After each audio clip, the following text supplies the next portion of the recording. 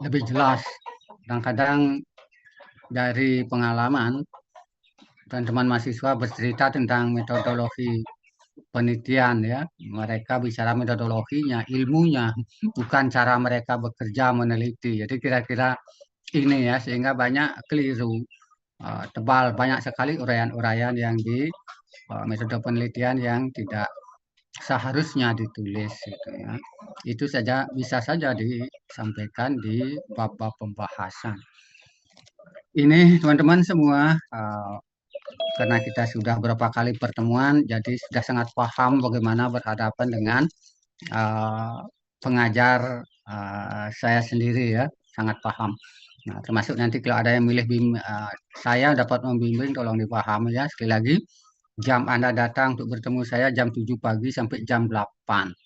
Siap hari kerja.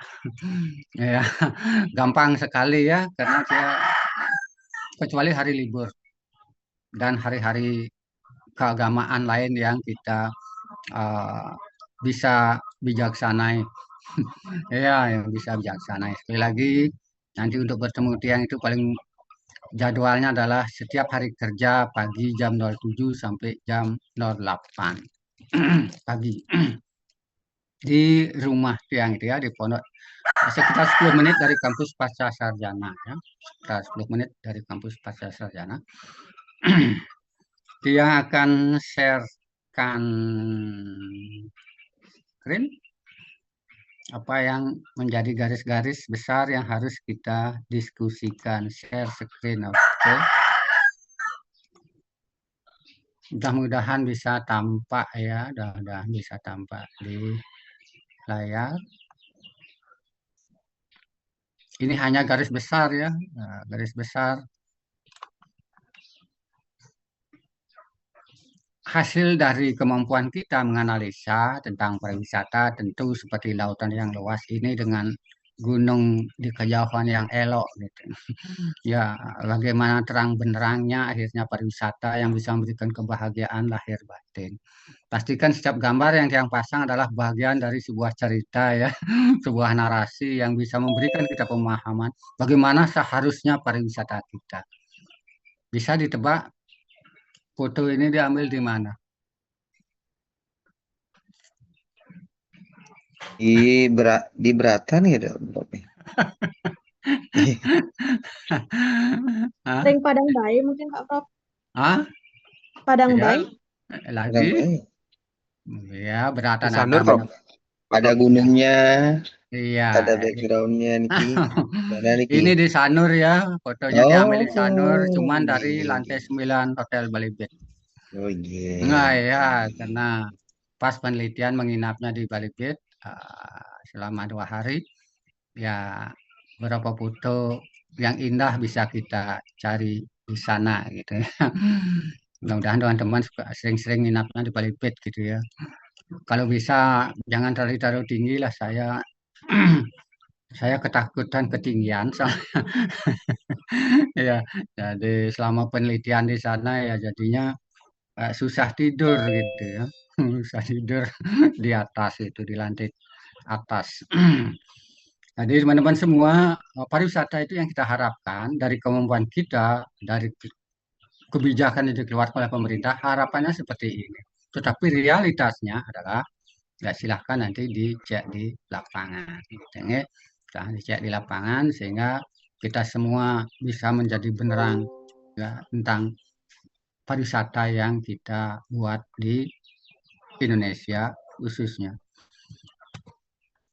Yang harus ini ya sudah ya, oh, belum ya, kira-kira gambar ini kita coba kita kembali playback saja dulu ya, kita kembali playback apa untuk masuk ke kebijakan nanti ya, kita playback saja tentang batasan pariwisata ya, khususnya berkaitan dengan pariwisata kan sering menimbulkan masalah ketika dia akan berhubungan dengan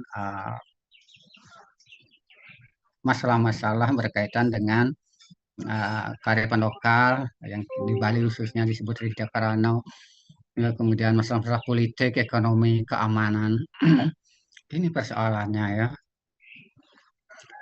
Sehingga ilmu pariwisata sesungguhnya sudah di kata kunci dikasih ya maksudnya apa gitu, maksudnya apa. Nah, bersifat sementara, tapi sekarang jarang yang mau bersifat sementara. Lama-lama menetap di suatu tempat mencari uang gitu ya.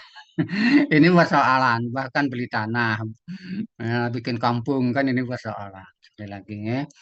Nah, ini sudah kita perlu garis bawahi. Kemudian bersifat sukarela, bukan paksaan. Jadi mereka datang dan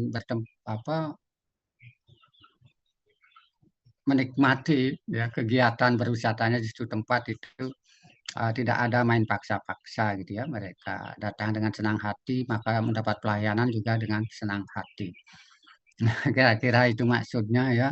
Tidak untuk mencari nafkah penghasilan di negara tujuan wisata. Ini persoalan besar ya.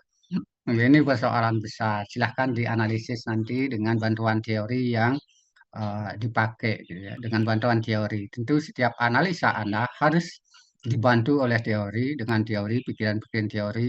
Teori itu bisa datang dari pikiran-pikiran orang Barat, bisa juga datang dari pikiran-pikiran orang-orang Timur, termasuk pikiran-pikiran masyarakat lokal. Itu kita jadikan teori. Kalau itu tidak mau kita akui sebuah konsep pemikiran, set pemikiran itu sebagai sebuah teori, maka dia akan kehilangan arah ya dari sebuah kebijakan. Ya, kan sering sekali kita melihat misalnya kebijakan pariwisata di bidang ekonomi. Bagaimana hotel, akomodasi pariwisata dibangun terus besar-besaran, termasuk pembangunan infrastruktur. Sedangkan teori Trihito Karano, katakanlah dia sebagai sebuah teori, sering sekali diabaikan. Nah, ini kan persoalannya. Nah, ini nanti silahkan dianalisis ya untuk mengkaji. Saya kira ini ya, padahal ini sudah ditetapkan di awal tahun ya, di awal tahun agak lama lagi, 1937 ya, oleh Komisi Ekonomi. Oke, kita lanjut saja ya. Fokus dalam perspektif di Indonesia apa ya kira-kira ya, karena ketika melihat pariwisata di Indonesia, maka perhatian kita tentu ya ditujukan bahwa pariwisata harus dipahami dari sisi manusianya, kegiatan budaya, kemudian motivasi sasaran. Ya, sasaran. Jadi teman-teman dulu mungkin juga sampaikan bahwa berwisata selalu atau pariwisata selalu melibatkan manusia di dalamnya, melakukan suatu kegiatan mengisi waktu luangnya, kemudian juga untuk mendapatkan pengalaman baru, selanjutnya dalam perkembangannya mendapatkan hal-hal di luar itu termasuk ya keuntungan ekonomi, menjalin persahabatan antar persahabatan budaya antar bangsa dan lain-lain, tentu saja masih banyak bisa dikembangkan.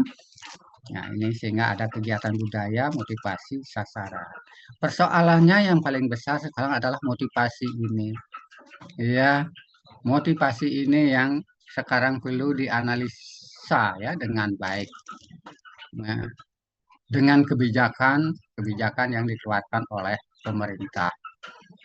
Ini perhatikan nanti ya, karena semua apa yang dilakukan oleh wisatawan dalam berwisata, termasuk apa yang diberikan oleh stakeholders pariwisata, akan berkaitan dengan motivasi ini.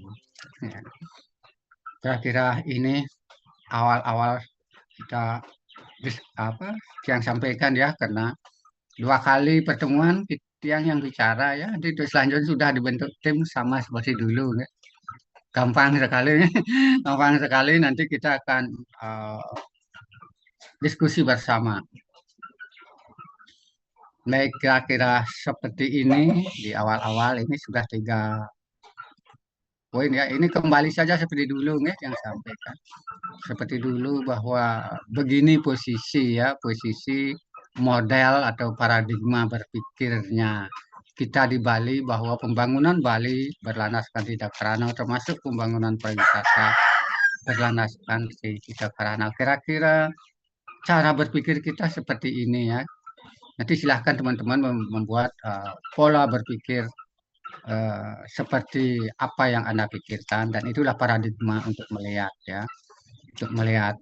Jadi pastikan bahwa khususnya Indonesia dan Bali, eh, kita percaya bahwa ketuhanan yang Maha Esa ada di nomor satu dalam konteks Pancasila kita, dan di Bali Pahyangan itu ditaruh di urutan pertama dalam konteks Trihita Karana. Ya, jadi bahwa alam tempat kita berpijak, alam tempat kita lahir menjadi manusia ini adalah bagian dari ya kekuatan supernatural yang menjadikan diri kita. Ya, dari kekuatan supernatural ini kita diberi akal dan pikiran, ya, daya kreativitas. Kalau orang Balinya menyebut Bayu Sabda Hidup, ya, untuk bisa melahirkan kebudayaan, ya, hasil cipta karsa dan apa lagi satu ya? Hasil cipta karsa Karya. karya ya, karya ya. Jadi seperti itu ya, yang dijiwai oleh nilai-nilai ya. Saya mengisinya di sini dengan terang agama Hindu ya, tapi silahkan mengisinya dengan dijiwai oleh local wisdom dan local genius gitu ya, dalam konteks pariwisata. Ya, karena ini saya pakai untuk apa di teman-teman yang beragama Hindu, jadi saya pakai cara memandangnya seperti ini. Pastikan ya kebudayaan Bali ya, kebudayaan Bali. Hmm. Ini yang menjiwai, maka dia harus selaras ya, harus selaras. Ah, lalu alam di skala itu bagaimana dalam konteks pariwisata, dia seperti ini ya, garisnya ya vertikal horizontal ya, garisnya horizontal. Ada masyarakat atau desa adat, sekaligus saja kita sebut dengan stakeholders gitu ya. Lalu dia akan bersinergi dengan ya pariwisata dengan segala aspeknya. Nah, nah, lalu turun apa pikiran yang kemudian kebijakan pemerintah? Kebijakan pemerintah adalah mengembangkan pariwisata budaya sesuai dengan Perda yang telah dibuat. Kemudian Indonesia juga undang-undang pariwisata. Lalu dalam konteks dunia dia akan menjadi Ethic of Global Tourism. Ya, Ethic of Global Tourism. Sehingga dari pemahaman kebijakan pariwisata budaya ini, eh, maka diharapkan ya, harapannya apa? Harapannya seperti ini, pelaku pariwisata memanfaatkan kebudayaan sebagai daya tarik pariwisata. Budaya jangan dipikir menari atau gambar seperti gambar yang saya tunjukkan ini saja, bukan ini saja ya. Dia melingkupi pola hidup, cara hidup, termasuk teknologi yang dimiliki. Nah, ini teman-teman, kemudian ada adaptasi budaya sebagai daya tarik wisata. Kemudian apa kontribusinya kepada masyarakat wisata tersebut? Saya kira silahkan Anda kembangkan poin di bawah ini gitu ya. Silahkan nanti dalam konteks paradigma berpikirnya. Karena saya yakin dalam perkembangan sampai saat ini kita sudah memasuki era atau zaman postmodern ya. Postmodern tentu akan banyak hal yang berkembang ya, karena pelaku pariwisata sekarang atau orang-orang yang berwisata adalah bagian dari uh, gen set gitu ya, istilah Anda ya, silahkan saja. Tentu berbeda ya harapannya yang ingin didapatkan apa. Oke, dari sini dari kebijakan pariwisata budaya yang dikembangkan oleh pemerintah khususnya di Bali, harapannya adalah tentu sustainable tourism ya, sustainable tourism and community based atau community based and sustainable tourism. Silahkan saja dibolak-balik dan dipastikan Anda memahami. Maka khusus untuk landasan Trihita Karana yang kita harapkan tentu seperti ini. Nah, ini cara pandang saja ya. Silahkan teman-teman membuat cara pandang sendiri dalam diskusi kelompok ini. Dan Anda bisa membuat apa yang ingin ditulis di tesis gitu ya. Karena Anda diwajibkan juga ketika membuat tesis membuat paradigma berpikir. Nah, model penelitian kalau di tesis, disertasi dan skripsi. Silahkan ya, ini salah satu model berpikir. Dan model berpikir ini saya gunakan juga kemarin di tesis dan di disertasi tentu ada variasi yang beda sedikit sesuai dengan kebijakan-kebijakan kampus tempat kita kuliah. Tapi secara sederhana cara berpikirnya seperti ini ya, untuk melihat ya, untuk melihat. Ya, karena itu saya berharap teman-teman semua dalam konteks kita berbicara mata kuliah analisis kebijakan pariwisata ini, maka pahami ya bahwa ini sangat penting ya. Kita sangat penting belajar cara menganalisa kebijakan pariwisata ya, yang dibuat oleh stakeholders pariwisata. Apa pegangannya tadi saya sudah sebutkan. Ini salah satunya ya. Ini ada 1, 2, 3, 4, 5, 6, 7. Ini baru bagian kecil, silahkan. Belum lagi tata tertib di tempat kerja gitu ya. Ya, belum lagi aturan-aturan di beberapa tempat ya instansi pemerintah yang berkaitan dengan uh, kunjungan wisata ya, masing-masing punya ya kebijakan-kebijakan, termasuk kebijakan pengembangan pariwisata saat ini. Nah, kira-kira ini beberapa gambar yang saya ambil dari YouTube ya, gambar saya ambil dari YouTube, sehingga ini menjadi bagian dari cara pandang kita, bagaimana akhirnya pariwisata ketika dia berada di suatu tempat kadang-kadang merasa terlena dan ada juga yang enggan untuk bisa kembali ke negaranya. Cuman persoalannya adalah bagaimana kita mengatur dan membuat kebijakan agar mereka tidak ya menjadi bagian yang menyusahkan masyarakat lokal atau bangsa yang dikunjungi, negara yang dikunjungi. Itu ya. Ada orang-orang wisatawan bersikap seperti ini. Tapi yang belakangan efeknya beda lagi gitu ya. Oke, ini salah satu apa yang saya buat ini ya, teman-teman. Contoh kecil saja ya. Apa saja contoh kebijakan pariwisata? Ini contoh saja ya. Pertama, langkah yang dilakukan adalah meningkatkan pemahaman seluruh lapisan masyarakat terhadap manfaat wisata dalam pembangunan. Nah, kemudian yang bisa dikaji lagi meningkatkan citra dan mutu pelayanan wisata lokal dan nasional, meningkatkan penyelenggaraan promosi pariwisata Indonesia luar negeri, meminimalisasi berbagai dampak ya atau implikasi negatif dan mengoptimalkan dampak positif atau implikasi positif dari pariwisata. Ya, kalau yang membuat penelitian kualitatif nanti pakai implikasi ya, implikasi saya lupa ya, saya isi saja sekarang ya, supaya Anda lupa. Kalau kuantitatif pakai kata dampak ya. Nah, kalau yang kualitatif pakai kata implikasi ya, implikasi.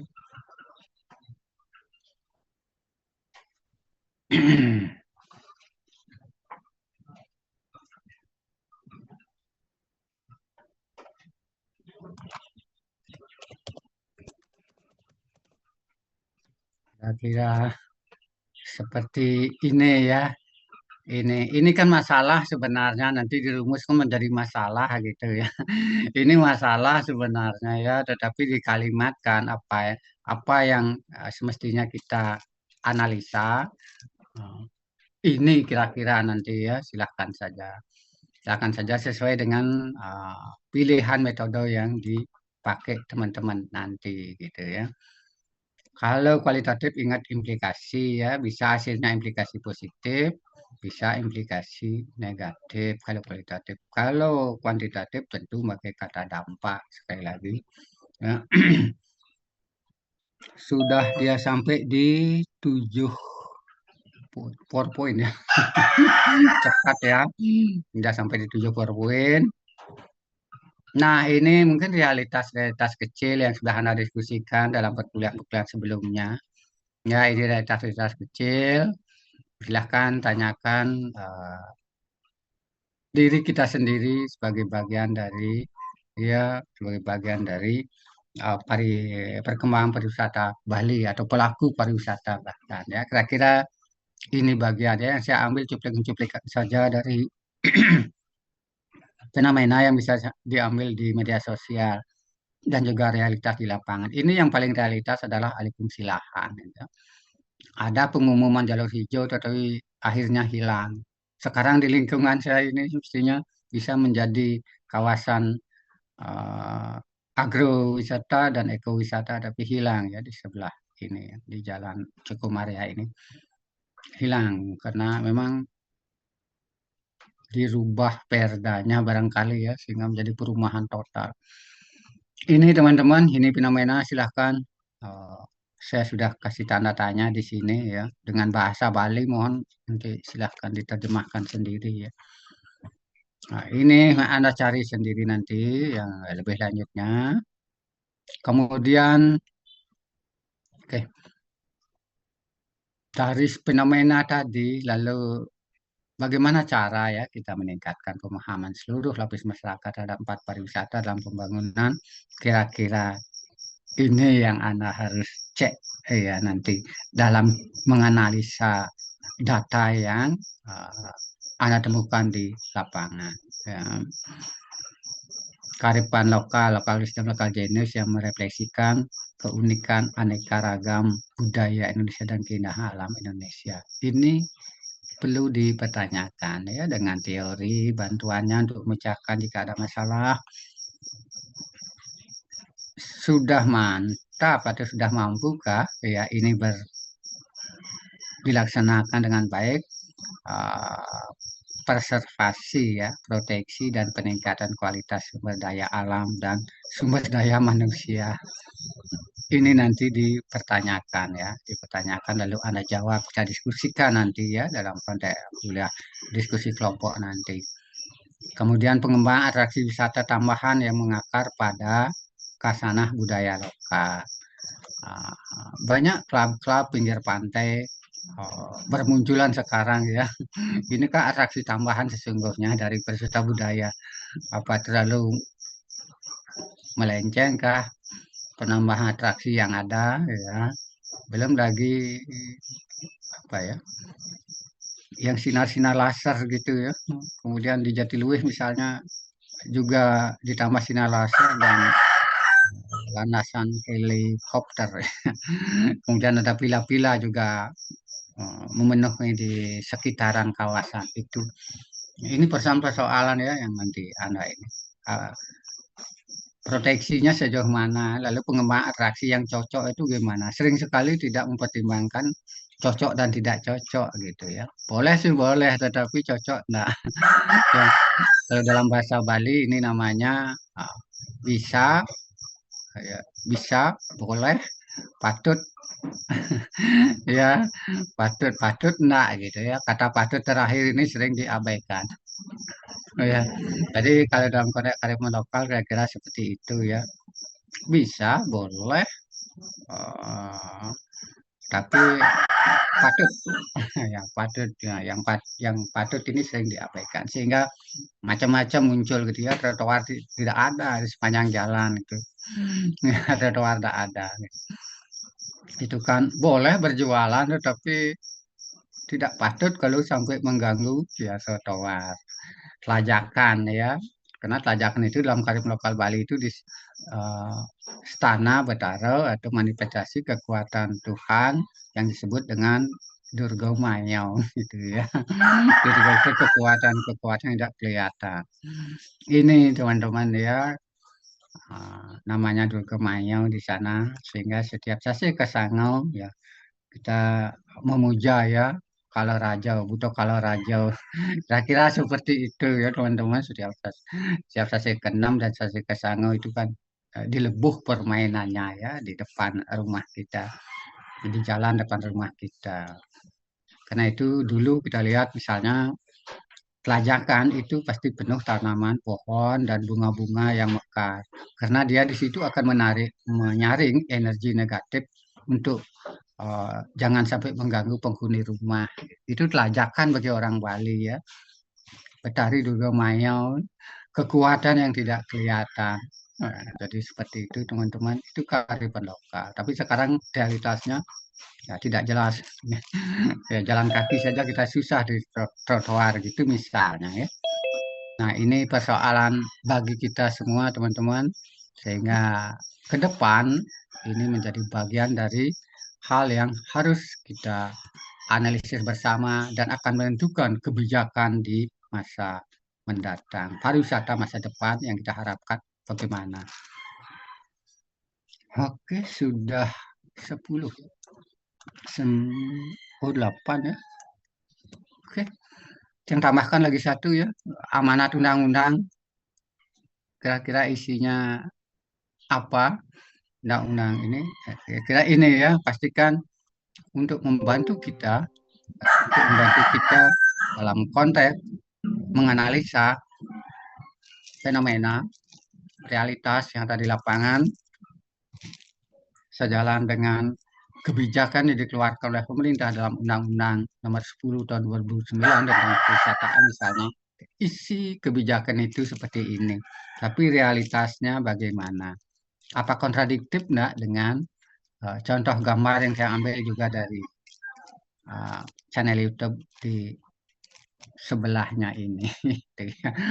Jadi silakan teman-teman bisa mengambil fenomena juga dibantu selain melihat di lapangan real, tapi juga seperti ini ya, seperti ini melihatnya di media sosial. Kita analisis ya. Kalau ini namanya kajian wacana atau kajian teks. Ini namanya kajian teks ya, atau analisis teks, analisis wacana. Nah ini kan membuat judul sebuah konten ini kan seram sekali ya. Bali dikuasai bule gitu ya. Kok bisa? Ya silakan saja ya teman-teman. Kita akan belajar melihatnya dari berbagai sisi ya. Silahkan tapi jangan saya berharap jangan melulu kajian teks ya, kajian teks yang Anda bisa diambil di media sosial. Silahkan selain bisa melihat di sini, ini menginspirasi ya, katakanlah ini menginspirasi, lalu coba jalan-jalan dengan kelompoknya ke suatu tempat. Jika di sana menemukan sesuatu, maka itulah menjadi bahan diskusi. Dan siapkan diri, siapa tahu menarik untuk dijadikan tesis Anda. Gitu. Bisa menarik untuk dijadikan tesis Anda. Kira-kira di pertemuan pertama sampai di sini dulu. Dari beberapa poin yang saya janjikan di sini ada 17 ya. Iya, ada 17. 17 dibagi 2, 17 dibagi 2 berapa ya? Pastinya 8, 9 ya. Ya benar dah. Sampai di sini mana dia tadi ya?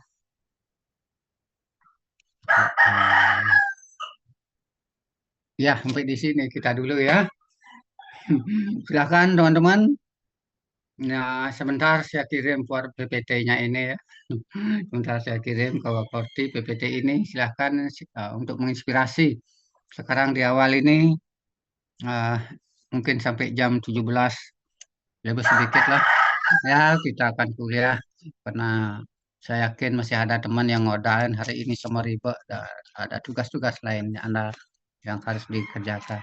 Pastikan ya suatu saat kita bisa kopi darat sekali ya. Jangan sampai ini ya. Dari semester 1, semester apa kita bertemu lagi ya. Nanti kita kopi darat sekali ya. Pastikan pilih waktu ya. Karena dia ingin sekali kita hadir 100%. Kopi darat di pasca ya. Supaya bisa melihat wajah kita yang ceria dan aslinya gitu ya. Kira-kira begitu. Besok saya nanti akan saya jelaskan lagi sebagian. Kita akan ini. Silakan ya, silakan untuk kita diskusi ya. Silakan Anda munculkan inspirasi Anda dari apa yang telah saya sampaikan ini tadi. Silakan aja bertanya karena ini sudah begitu semester 3 Anda sudah disiapkan untuk menulis proposal Anda dan akan ujian dan mata kuliah ini analisis kebijakan pariwisata adalah bagian dari apa yang Anda ingin analisa dalam uh, tesis Anda, kira-kira seperti itu ya. Saya berharap jangan ini ya, jangan lebih rendah kualitas proposalnya dari S1 ya. Dari pengalaman saya menguji teman-teman itu yang saya temukan gitu.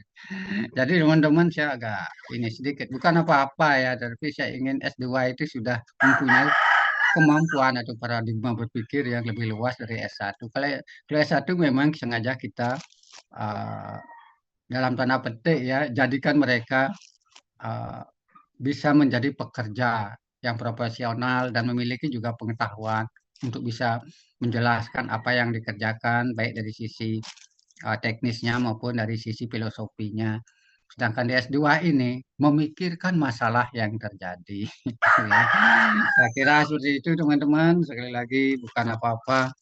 Nah, saya hanya ingin mengajak teman-teman menjadi yang lebih baik dari apa yang telah dicapai dalam perkuliahan selama ini. Silahkan kita diskusi sekarang ya. Sebentar lagi dia akan kirim PPT-nya. Yang stop saja share screen dulu ya untuk memudahkan kita.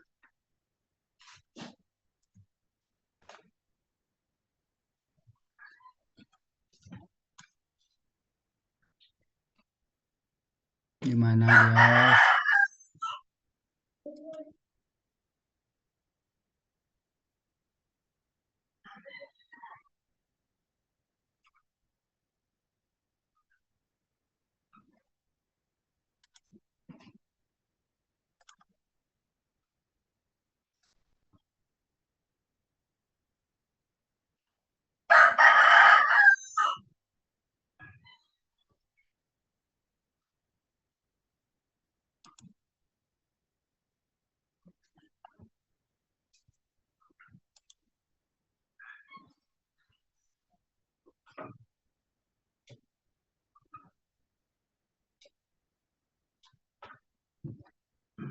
Gimana stop share-nya ini?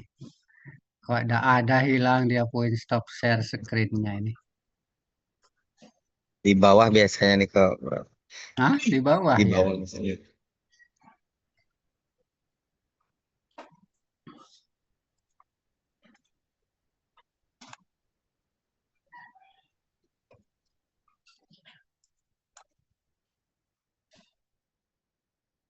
Ini dia naik ke atas di sini, tapi kok dia kehilangan stop share-nya ya? Biasanya ada dia ini.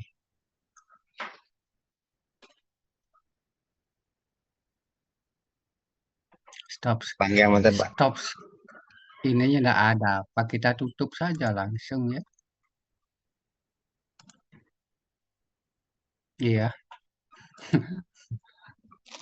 Sampun. Silahkan ya diskusi kita ya. Kesannya Pak Madiarto yang banyak masalah di kepalanya biasanya. Iya, inggih Pak Prof semua niki. Rajang kecunduk malih niki sareng Bapak dan teman-teman niki yang menghangatkan suasana dingin niki ring mengui udah nu perkara make margi raina mangkin. Nah, tadi Titita setelah bicara kenten Pak Prof menjelaskan tentang kebijakan pariwisata kan. Kebijakan pariwisata yang terakhir kayaknya tahun 2020-an itu Pak Prof nih.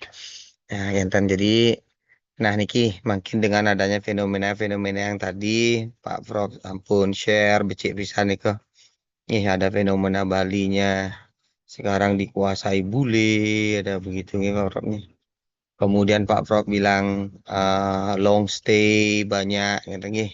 Jadi definisi daripada pariwisata yang hanya short term beberapa hari gitu nih sehingga menjadi berhari-hari dan hingga akhirnya berbisnis di Bali gitu. Nah, dengan adanya fenomena niki Pak Prof, wenten sampun kebijakan terbaru Pak untuk mengantisipasi kejadian niki biar nggak terjadi, gitu.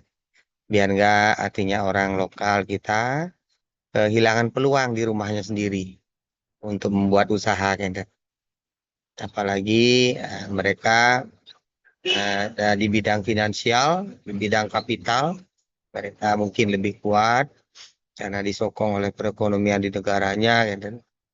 Kemudian mereka juga tahu tren-tren apa yang diminati oleh wisatawan yang berasal dari negara yang sama, mungkin dari orang yang melakukan hal tersebut, gitu. Nah, ini kalau demun yang pertama, gitu, yang pingin yang ketahui karena niki mumpung mata kuliah kita tentang kebijakan pariwisata. Yang tadi malih bos, wenten malih siki terus Pak Prof sanetios telur. Silakan teman-teman jawab saja teman-teman yang menjawab ya. Ada nggak Anda pernah membaca kebijakan yang terbaru ya? Misalnya dari untuk menghindari wisatawan yang nakal atau tidak boleh membeli tanah di sini, tapi nyatanya banyak yang membeli gitu. Ya punya hotel, punya villa gitu ya. Apa yang keliru nih? Hmm. Silakan teman-teman diskusi ya, silakan ya. Karena sudah semester 3, udah sakti-sakti sekarang nih. Silahkan teman-teman ya. Nilainya udah ketemu ya kemarin ya mata kuliah yang semester lalu. Sudah ya?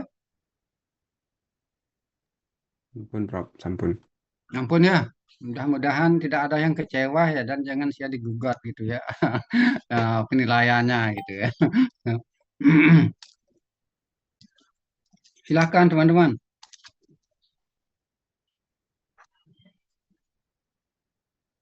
Dijawab atau dikasih pandangan ya. Apapun boleh pandangannya. Kalau Pak Wayan Mariato bertanya gitu ya. Teman-teman boleh berpendapat gitu ya.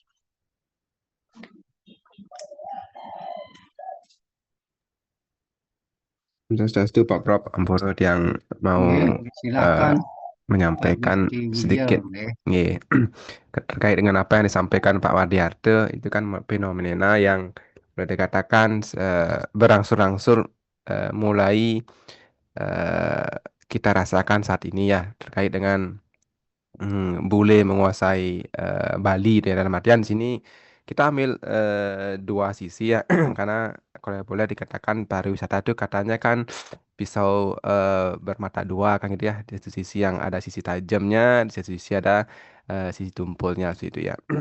Baik, kalau saya lihat terkait dengan hal tersebut ya, bagaimana perkembangan pariwisata seperti kita ketahui pariwisata itu kan boleh dikatakan sesuatu yang boleh dikatakan elok, manis, fragil ataupun ringkih menurut bahasa Balinya ya.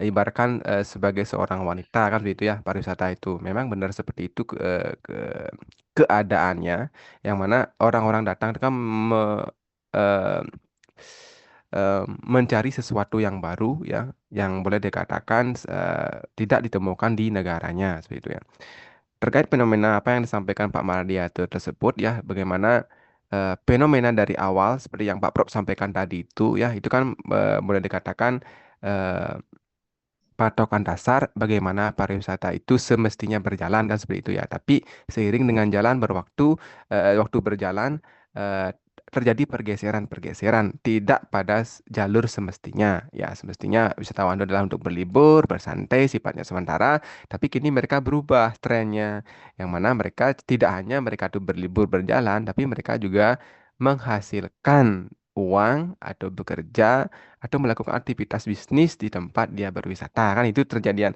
trennya sekarang terjadi ya makanya keinginan-keinginan mereka itu tidak hanya untuk mencari ketenangan kenyamanan tapi mereka juga meraup keuntungan dari trip ataupun aktivitas berwisata ataupun wisatanya mereka sudah ya. Nah, terkait dengan apa yang saat ini terjadi ya, mungkin kalau saya lihat di sini peran penting ya selain dari kita sebagai masyarakat, stakeholder yang memiliki peran utama juga adalah pemerintah. Ya, karena di sini mereka yang nantinya punya wewenang secara sepenuh mana yang boleh, mana yang enggak, dan aturan-aturan itu harus ditegakkan, dijalankan, tidak hanya aturan dibuat untuk ya hal-hal yang tidak sesuai dengan pakem-pakem ataupun aturan yang semestinya dijalankan seperti itu ya. Seperti halnya kita lihat di Badung misalnya. Yang mana Badung ini kan boleh dikatakan sumber PAD utamanya adalah pariwisata, di mana tanah ataupun lahan yang non produktif terutama ya di Bali Selatan, yang mana kita ketahui dari perkembangan pariwisata di Bali itu eh, pada awalnya itu kan dikembangkan dari Bali Selatan dengan adanya BTDC yang berubah menjadi ITDC ya kan gitu ya. Jadi mereka trennya adalah untuk membangkitkan dan membangun pariwisata itu dari Bali Selatan, yang mana dilihat Bali Selatan itu punya potensi tapi nggak produktif ya, tanahnya nggak produktif. Nah, lambat laut ya terjadilah pergeseran-pergeseran. Jadi ada banyak eh, apa namanya kecipratan manisnya pariwisata di Bali Selatan, mereka berduyun-duyun ke Bali Selatan untuk membangun aktivitas ataupun fasilitas pariwisata gitu ya. Jadi apa yang terjadi saat ini penyimpangannya adalah banyak wisatawan yang melihat peluang itu, mengambil peluang-peluang tersebut ya dengan cara satu misalnya mereka membuat usaha di Bali Selatan dengan mungkin dengan mengontrak ataupun aktivitas-aktivitas yang lain, yang mana semestinya aktivitas ataupun kegiatan tersebut dijalankan oleh masyarakat lokal kan seperti itu. Jadi mereka eh, membuat rental, kemudian menyewa lahan untuk melakukan bisnis ya. Dan fatalnya adalah mereka melakukan kegiatan itu tidak berdasarkan aturan yang ada. Boleh dikatakan tidak ada izin, kemudian eh, mengambil sempedan ataupun mencari lokasi-lokasi yang boleh dikatakan tidak diizinkan ya seperti itu ya. Makanya jangan salah, saat ini bagaimana Badung mulai menertibkan aktivitas-aktivitas yang dilakukan oleh orang-orang yang tidak memiliki izin usaha di lokasi-lokasi tersebut ya. Makanya kebijakan pemerintah Bandung sekarang itu boleh kita lihat kan mereka mulai menata dengan membongkar. Waktu ini ada sempat membongkar apa namanya kegiatan usaha di Bingin ya, Bingin di Bukit ya, karena mereka itu memang melanggar ya. Memang seperti itu semestinya dilakukan, karena memang tidak memiliki izin ya, jangan dibiarkan itu menjamur, karena ujung-ujungnya tidak akan ada benefit yang baik bagi pemerintah ataupun masyarakat lokal. Maka itulah loss ataupun hilangnya pendapatan pariwisata itu kan berawal dari situ ya. Jadi uangnya masuk, tidak masuk ke PAD, tidak masuk ke masyarakat lokal, tapi masuklah keluar. Di sanalah loss dari keuangan semestinya masuk ke PAD, jadi tidak masuk. Nah, seperti itu mungkin beberapa fenomena yang kita lihat saat ini, yang boleh dikatakan kuncinya itu boleh dikatakan government ataupun pemerintah di sini, bagaimana mereka tegas dalam menata pariwisata ini, maunya kemana, arahnya kemana, mana yang boleh, mana yang enggak, seperti itu ya. Mungkin seperti itu Pak Prof. Mungkin pandangan tiang terkait dengan fenomena yang disampaikan Pak Mardiarte, Pak Prof. Sukses Pak Prof. Baik, terima kasih Pak Lesti. Ah, sekali lagi kita sudah mata kuliahnya kemarin sudah berkelanjutan ya. Silakan dibuka-buka ulang ya, dibuka-buka ulang PowerPoint-nya yang dulu, apa yang kita diskusikan yang dulu ya. Karena harapan kita tentu sustainable dan community peace. Ya.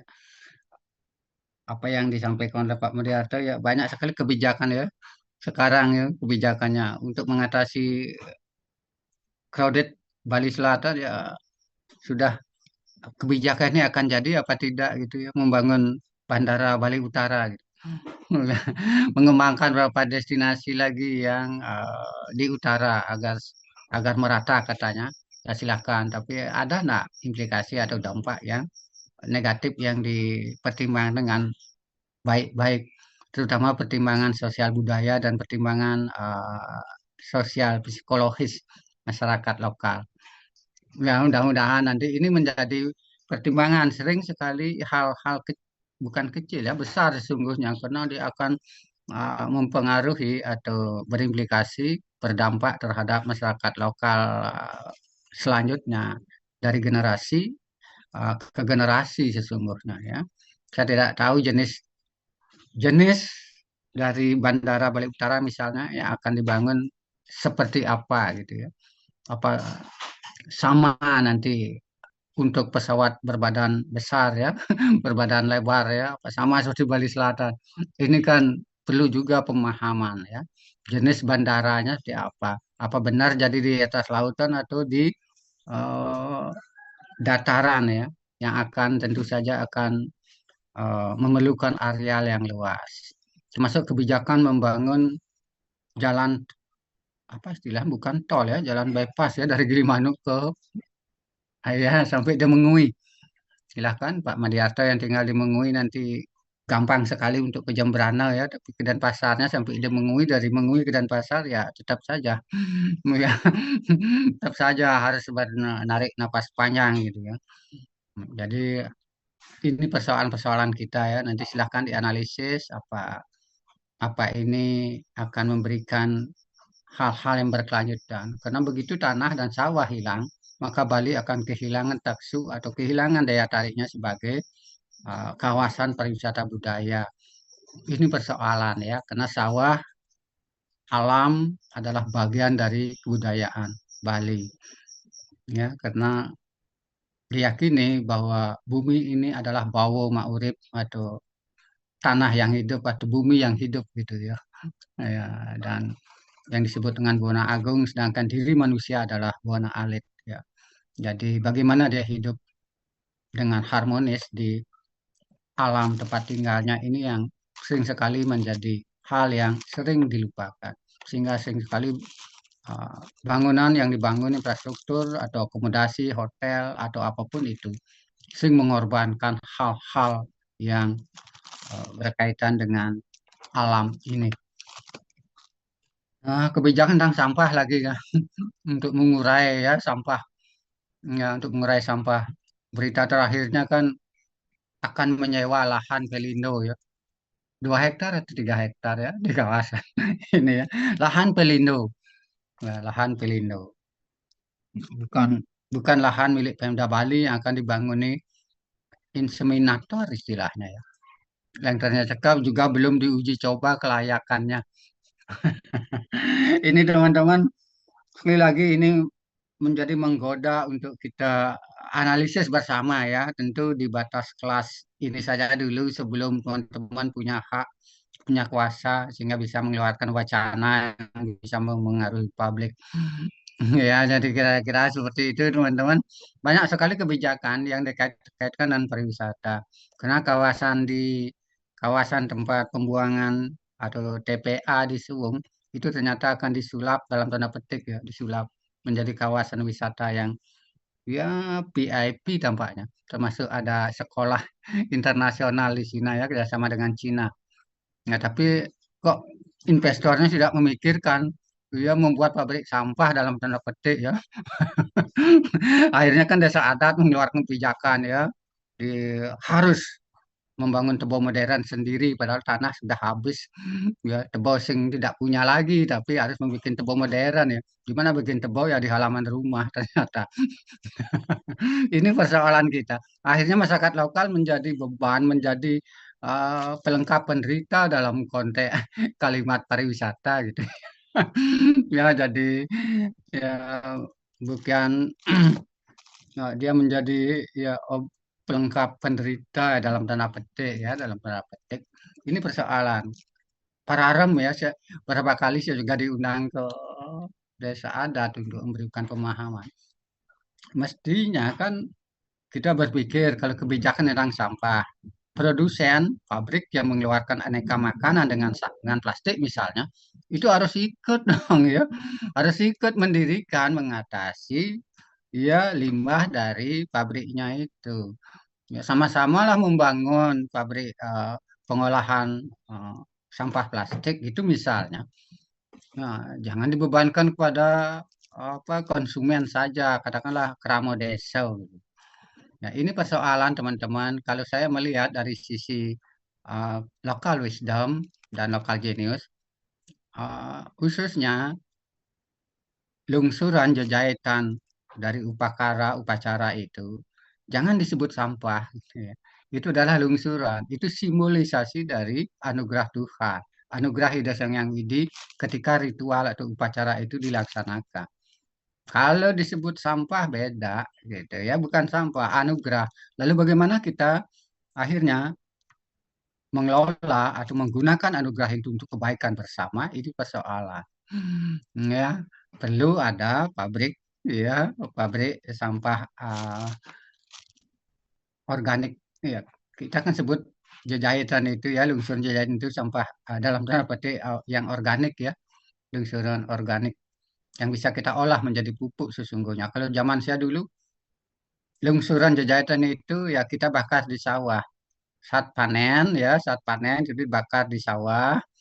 Lalu semua abunya itu kita jadikan pupuk otomatis ya, otomatis. Jadi apalagi ya kotoran sapi atau kotoran yang apa kita juga jadikan pupuk dibawa ke sawah. Itu zaman saya tahun 60-an ya, 1960-an itu wajib wajib pekerjaan anak-anak itu ya seperti itu mengurus itu eh, bangun paginya ke sawah dulu membawa hal-hal seperti itu. Nah, ini pekerjaan ya, ini lungsuran dan benar kan hasilnya memang menjadi lebih baik. Itu lungsuran anugerah sesungguhnya ya. Nah, untuk melihat fenomena itu nanti saya anjurkan teman-teman mencari buku yang eh, judulnya adalah Tourism Principle and Practice ya. Ini saya hanya punya fotokopi gitu ya. Ah, Principles and Practice ya, Tourism Principle and Practice. Jadi ada teman asing ya, teman teman ini Christopher John Fletcher, David Gilbert dan Stephen Wynhill yang mencoba memberikan pandangan-pandangan dalam pemikiran mereka untuk menganalisis ya, untuk menganalisa dari perkembangan pariwisata yang dimulai dengan pemikiran di sini apa yang diperlukan oleh pariwisata ya, demand for tourism. Jadi kita apa yang diperlukan, apa yang harus disediakan. Kemudian tourism destination, kemudian the tourism industry and government organization ya. Organisasi dinas pariwisata apakah sudah kuat apa belum? Ya, gimana sih mereka menjalankan tupoksinya, tugas pokok dan fungsinya, silahkan. Kemudian marketing ya, marketing for tourism ya. Nah, cuman di sini langsung saja mereka mengulasnya dengan beberapa dampak dan tentu dengan contoh di luar negeri. Kemudian buku ini sudah dibuat dalam bahasa Indonesia. Nah, judulnya masih bahasa Inggris ya. Tourism the International Business. Jadi di sini memberikan gambaran kita bagaimana mengelola pariwisata itu sebagai sebuah industri ya, sebagai sebuah bisnis ya, bisnis internasional. Jadi di sini ya, ini banyak sekali babnya, banyak sekali subjudul yang dia tampilkan di sini ya. Ini sudah dalam bentuk bahasa Indonesia dan dilengkapi dengan seperti buku bahan ajar ya, ada pertanyaan-pertanyaan yang bisa membantu untuk memahami kebijakan pariwisata tersebut. Dia bagus bagus lagi mulainya dari perkembangan pariwisata dalam sejarahnya, kemudian siapa wisatawan itu, kemudian bagaimana wisatawan melakukan perjalanan, kemana wisatawan pergi, lalu bagaimana pariwisata diorganisasikan, kemudian ada juga pertanyaan besarnya mengapa pariwisata dikembangkan, lalu pengelolaan pariwisata, ada juga promosi, kemudian sistem ya, pariwisata sebagai sebuah sistem. Dan ini akan bisa dibantu dengan bukunya uh, Sukadijo ya, Anatomi Pariwisata. Kemudian kecenderungan pariwisata masa depan. Jadi silahkan saja ya, bukan terbatas buku ini. Ini bukunya judulnya masih dibiarkan ini bahasa Inggris ya, tapi isinya sudah uh, di edit ini tampaknya ya, diedit dan disesuaikan dan sesuai dengan kebutuhan di Indonesia tampaknya ini ya. Ini buku ini dan dialih bahasakan ya, dialih bahasakan. Penulis aslinya adalah Robert Christie Mill ya, Robert Christie Mill. Jadi teman-teman masih banyak buku ya yang bisa membantu Anda untuk melihat fenomena-fenomena terkait dengan cara kita menganalisis ya, menganalisa pariwisata itu. Kira-kira teman-teman silahkan lagi berkomentar ya, semakin banyak baru 2 saya catat untuk kuliah hari ini. Nah, silahkan ya, silahkan karena kan segera ujian proposal nih. Balik siki nih kok Pak Prof. Lain kados. Oh, wonten kalah kanten. Ya tergantung teman-teman saja ya, kalau temannya mengizinkan Nggih, silakan. dados. Ah, Malih bos ki metangi sampean, Kang dumun malih bos metangi sampean. Setuju tiang sampun metangi. hmm. Nah, Pak, iki malih siki kita dari dulu nggih di penelitian-penelitian mungkin sebelumnya banyak Samian menggunakan apa namanya konsep Trihito Karana aja semua. Tadi semua Trihito Karana. Tadi sampai akhirnya babak belur Trihito Karanonya dibolak balik.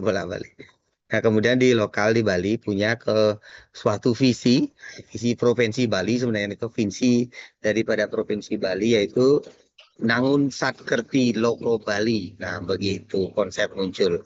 Pak Gubernur kita punya konsep Nike, sehingga keluarlah salah satunya Atmokerti, ya kan, Pak. Atmokerti ya kesejahteraan apa namanya ya rohnya manusia juga diperhatikan oleh beliau.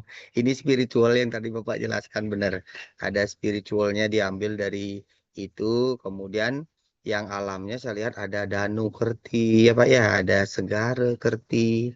Artinya danaunya kita harus jaga karena di Bali kebetulan punya danau. Kemudian segara kita di mana-mana, dan ya Pak. Kemudian wano, hutan yang masih tersisa, nih, bagaimana caranya menjaga, dan yang rasa konsep ini bagus sekali. Nah, dari visi ini, artinya apakah sudah bisa menjadi sebuah konsep, Pak, yang dijadikan dasar sebuah penelitian, Pak? Sehingga penelitian kita tidak hanya berkutat di Trihito Karana, tetapi sudah berkembang atau melebar lagi atau mendetail lagi ke arah Satkerti Loko Bali ini, Pak. Apakah bisa dijadikan sebuah acuan di penelitian kita dan teman-teman nantinya, Pak? Enten, Pak. Sangat boleh ya. Ya, sangat boleh ya. Karena di awal sudah dikatakan bahwa visi misi dari Gubernur Koster dan Cok Acau kemarin ya, Cok ada ya, wakilnya, itu adalah pengembangan dari Trihita Karana. Ya, pengembangan dari Trihita Karana dan itu sudah menjadi orasi ilmiah yang di tahun 2019 ya. Ya, paham ini ya bagaimana akhirnya itu dikelola ya, membangun destinasi yang seharusnya berbasis Trihita Karana tadi tentu akan melingkupi dari Satkertih itu ya, dari 6 yang ada itu mungkin bisa Sabto Kertih nanti siapa tahu gitu ya, sampai makhluk-makhluk di atas di luar angkasa dan di bawah angkasa gitu. Ya, ya ini ya. Nanti kalau mau tambah menjadi Sabto Loko ya silakan nanti Buana Poso pelajarannya dan uh, Mahajenano pelajarannya gitulah ya. Ya itu ditambah untuk menguatkan ya. Jadi silahkan teman-teman menjadikan sebuah tesis gitu ya, Anda analisis ya kebijakan eh, Gubernur Bali tentang pariwisata sesuai visi misi ya Satkertih Loko Bali gitu. Misalnya Anda pakai judul silahkan. Ya, ini kan Anda bermain di analisis nanti ya. Ya, tapi cara Anda menganalisa bagaimana? Ini kan persoalan. Ya, misalnya menganalisa Atmo Kerteh bagaimana mengecek Atmo orang Bali ini sudah bahagia semua atau harmoni semua dengan oleh pariwisata kan. Itu silakan ya. Apakah dengan ngaben besar-besaran kah? Atau melihat sanggah kumulanya bagus-bagus semua kah? Itu kan jadi cara melihat nanti ya untuk membuktikan analisa Anda ya. Buktinya nanti kan ini kan bagian dari ilmu nanti. Kita jadikan dia konsep, dia sudah mempunyai konsep ya. Visi misi itu kan konsep atau paradigma berpikir dia sesungguhnya, set konsep. Ya, tapi pertanyaannya sudah memasuki ya masa jabatan kedua, tapi tetap juga blunder gitu ya. Itu kan latar belakang itu. Ya, ya atmos yang merasa segar dan gitu ya. Danau yang segar dan gitu ya. Genten wano sing segar, genten telah sing segar. Oh, ya, jadi blunder, masih blunder. Saya ngeri gitu ya, berapa foto saya dikirim oleh sahabat di kawasan Batur, termasuk danau dan gunungnya. Oh, naik gunung untuk mendaki gunung, trekking treknya untuk bisa mendaki sekarang itu tidak lagi perlu jalan kaki ternyata. Sudah bisa naik motor ke atas puncak gunung ya. Di atas gunung sudah ada warung-warung, bangunan-bangunan. Ini persoalan gitu ya. Wano keteh Gunung Batur asalnya bebenah latih gitu, tapi tidak muncul di media sosial gitu. Saya dikirimi pribadi oleh teman-teman yang ke sana. Kemudian air danaunya sudah sering berbau keras. Ya, air danaunya. Kemudian juga ada fenomena beberapa ikan mati di kawasan Danau Batur. Ini kan Danau Kertihnya no masih blunder kan. Ya, kemudian di kawasan Tamlingan dan Beratan itu kan mulai ya pelan-pelan digerogoti oleh ya pembangunan-pembangunan warung dan apa villa-villa kecil dulu gitu kan. Kemudian dia pengembangan juga camping ya, wisata camping. Ya, wisata camping itu. Ini persoalan ya. Silahkan kalau mau menulis itu menjadi tesis silahkan. Bisa lanjut ke disertasi sesungguhnya itu ya. Analisis kebijakan ini ya. Analisis kebijakan. Jarang yang mengambil. Kenapa begitu? Karena kadang-kadang mencari informannya atau eh, nanti Anda ke lapangan sering sekali menemui kesusahan gitu ya. Karena ini akan hasilnya tentu ada perbandingan baik dan buruk gitu ya. Ya, tentu tentu ada seperti itu gitu ya. Nah, ini persoalan ya. Tapi kalau bisa ya bolehlah gitu ya, tentu dengan kalimat Anda sendiri dan kalimat yang tidak membuat orang tersinggung tetapi tidak subjektif. Ya, sekali lagi karena ilmu dalam konteks tulisan ilmiah termasuk disertasi dan tesis, skripsi atau jurnal dia tidak subjektif ya. Yang jelas objektif, ya, objektif. Kira-kira ini saya sampaikan silakan saja ya dianalisis teman-teman ya. Silahkan dianalisis. Ah, apa laptop saya ada masalah ya? Atau sinyal ada masalah? Tampilannya seperti ini gitu ya. Oh ya, Anda kembali. Iya. Ah, kira-kira Pak Madiarta begitu ya? Mau menulis tentang itu silahkan ya. Ya. Pak Prof. Ya, silahkan. Tetapi ya lihat saja ya, tentu S2 tidak seperti S3 ya. Anda tidak diwajibkan menemukan temuan baru, tetapi paling tidak menghasilkan atau menemukan fakta yang sejalan dengan teori Anda gunakan dan sejalan dengan pemahaman pariwisata budaya yang berbasis Sankirtih Loko Bali gitu saja. Ya, karena di setiap tempat ini bermasalah. Ya. Ya, nah, silahkan ya, silahkan, silahkan karena BS2 masih 50-50 mainnya, ya, masih 50-50. Kalau di S3 biasanya kena pengujinya lebih banyak dan harus mendapat novelty atau temuan terbarukan. Di situ analisa Anda harus lebih tajam dengan bantuan teori atau melahirkan teori baru. Ya, Anda baru di S2 ini mencangkangkan teori baru untuk ditindaklanjuti dalam penelitian lanjutan. Kira-kira teman-teman silahkan. Jam kedua ada ya? Ada jam kedua teman-teman? Tidak ada nih Kak, Pak. Tidak ada ya. Yang bersama siapa mengajar ya? Saya belum cek jadwal karena baru Anda kirim jadwal ternyata kuliahnya hari ini. Ya, ya. Jadwal yang lain juga baru dikirim hari ini. Ternyata mulai kuliahnya hari ini agak aneh juga gitu ya.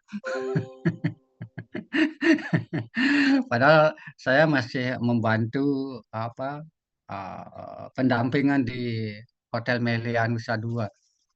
Dia ingin membuat konsep taman atau garden and swimming pool berbasis di Hito Kerano begitu. Ini termasuk pemilihan patungnya nanti dan pemilihan tubuh-tubuh yang harus ada di kawasan taman dan kolamnya itu. Ya, terpaksa ini karena GM-nya itu adalah orang Spanyol dan ternyata arsitek untuk renovasi Hotel Melia itu dari Vietnam. Ya ini persoalan gitu ya. Saya sedang membantu mereka pendampingan untuk paham ya agar tidak menimbulkan masalah nanti. Kadang-kadang kan banyak hotel-hotel memasang patung dewa-dewa di di kebun atau di pinggir kolam gitu. Ini tentu melanggar ya, tidak sesuai dengan pariwisata berbasis digital karena. Jadi sedikit-sedikit Anda, terutama anak mahasiswa S2 pariwisata budaya dan agama ini, ya galak-galak dan petik sedikit gitu ya. Ya, jadi dengan berhadapan dengan orang Spanyol dan Vietnam ini saya harus mengeluarkan kutipan beberapa lontar juga untuk memberi pemahaman. Wah, ya termasuk mengeluarkan ilmunya Desi gitu ya tentang apa yang harus dihidupkan dalam meditasi, apa yang ada dalam diri manusia gitu ya. Ya ini persoalan ya. Ini persoalan bahwa patung itu bukan just decoration, bukan hanya sekedar hiasan, tapi dia bisa hidup ya, ya karena lingkungan. Ya, kena lingkungan. Ini persoalan. Suatu saat Anda bisa menjadi konsultan, eksekutif konsultan lah ya, untuk kawasan ya pariwisata dan hotel atau akomodasi pariwisata ya. Kan itu harapannya S2 udah bisa menjadi konsultan ya. Kita bisa saya bersama teman-teman di Yayasan Sri Karana ya memberi pemahaman.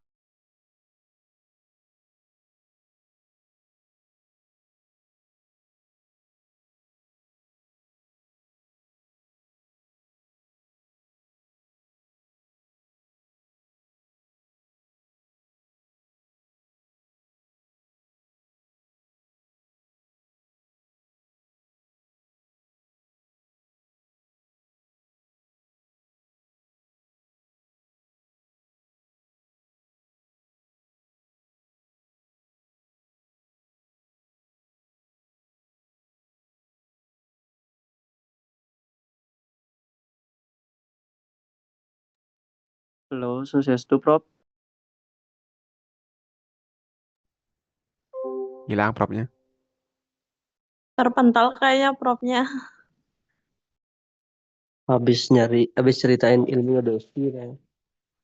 Swastiastu, Prof. Prof Kiki. Wih, Prof bos. Kiki.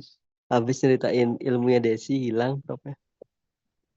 Swastiastu Pak Tut. Happy holiday ya. Nih Pak Tut masih ngajak Oleh-oleh, Pak ngajak. Tut.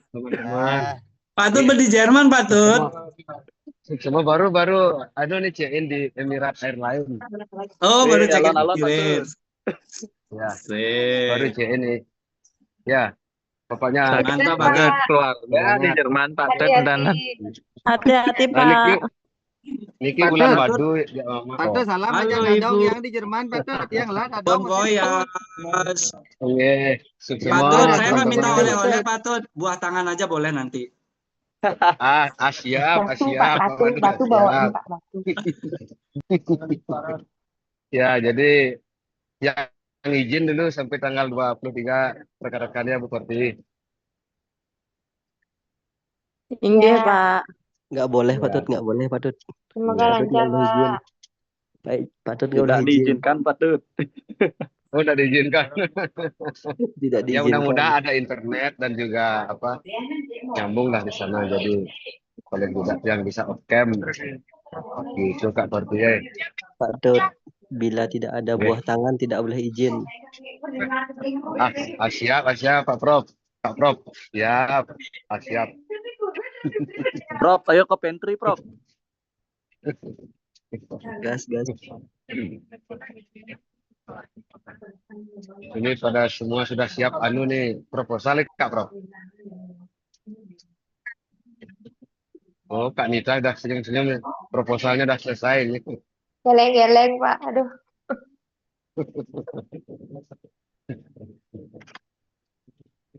Ya. Pak, ini udah di mana? Udah transit ke berapa?